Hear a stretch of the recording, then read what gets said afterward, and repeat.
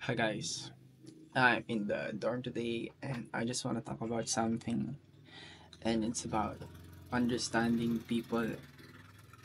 Sometimes we hate someone or certain people because of their trait, yung ugali nila, yung katangian nila, or their practice, or maybe their habit. But I just realized that people are an inner child of their own.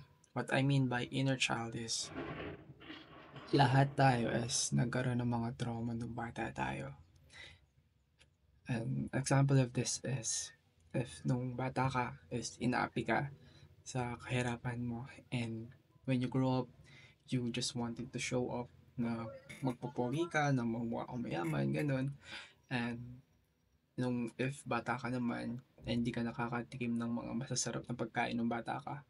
And when you grow up, you have the capability to buy those things you want, eat the food you want, and that is called an inner child that I'm referring to, which I've watched on TikTok. So, yeah, sometimes we have to understand that maybe those bad habits or pag-uugali na yon ng tao may come from their inner child.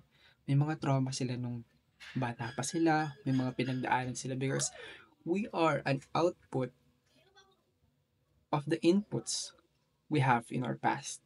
And those inputs have a significant impact of who we are right now. So, I just want you to understand na intindihin lang natin sila because hindi lahat ng tao is mag-adjust para sa atin. We need to understand people. It is the art of understanding and noticing things also for yourself, for other people, para hindi kayo magkagalit-galit.